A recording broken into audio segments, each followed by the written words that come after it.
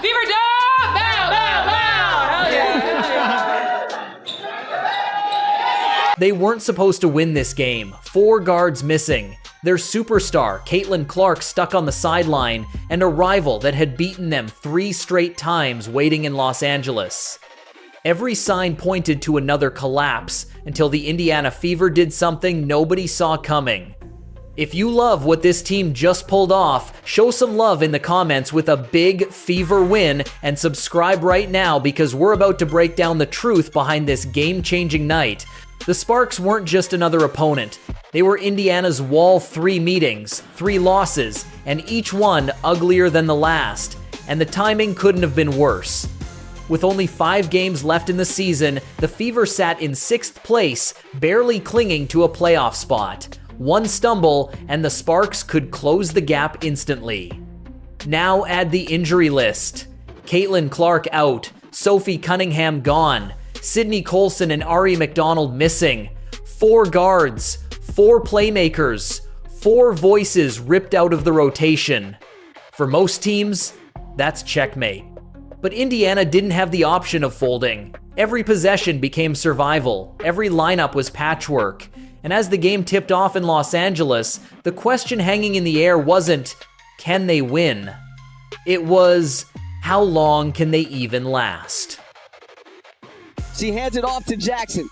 Jackson uses the screen, lost the handle, bounced past to Plum. Plum loses it, regains it, throws it up for grabs. The Sparks came out swinging a 7-0 run right out of the gate, making it look like another nightmare repeat. Indiana looked fragile, scrambling just to stay upright. But then, Aliyah Boston put her stamp on the game. She wasn't just scoring though, she piled up 22 points with sheer force. She muscled through the paint for 11 rebounds, kept the ball moving with 4 assists, and set a personal career high with 6 steals. Every possession, every scrap, Boston was there. The defining moment came with just 1.9 seconds left. Los Angeles tried one last desperate pass, and Boston read it like a book. She reached up, ripped the ball out of the air, and ended it on the spot. No scramble, no foul, just dominance. And when the cameras found her after the buzzer, she dropped the line that set Fever fans buzzing, "Next woman up." But the truth is, she'd already lived it across 40 minutes.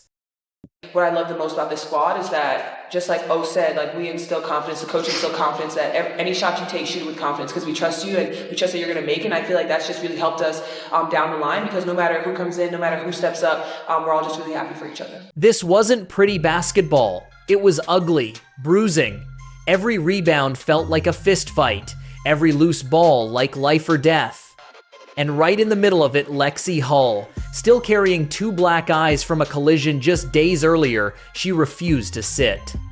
She chased defenders through screens, dove headfirst after loose balls, and drilled a clutch 3 when Indiana needed a spark. Her presence wasn't just stats, it was a message. If she could fight through the pain, so could everyone else. Indiana leaned into that mentality. Every player stretched beyond their role. Deflections that led to steals, offensive rebounds in the final minutes. Stops that looked impossible on paper but kept stacking up on the floor. The Fever weren't surviving anymore, they were refusing to break. And that's when the moment came for someone unexpected to take over. She wasn't supposed to be the star. At 31 years old, coming off the bench, Odyssey Sims wasn't the name circled on the scouting report. But when Indiana's leading scorer, Kelsey Mitchell, went cold, hitting just 5 of 14, someone had to step into the void. And Sims did more than step in. She owned the moment. Every possession she played like she'd been waiting her whole career for this night. A 3-pointer when the defense sagged off, a runner in the lane to answer LA's rally, a coast-to-coast layup that silenced the Staples Center crowd. But the real dagger came with just 13.6 seconds left. Tie game, ball in her hands. Sims drove into the paint, rose into a quick floater she's perfected for years, and it dropped clean. That shot didn't just give Indiana the lead, it gave them the win. Her final line, 21 points. But the numbers barely tell the story. Every basket came when the Fever needed it most. And the twist?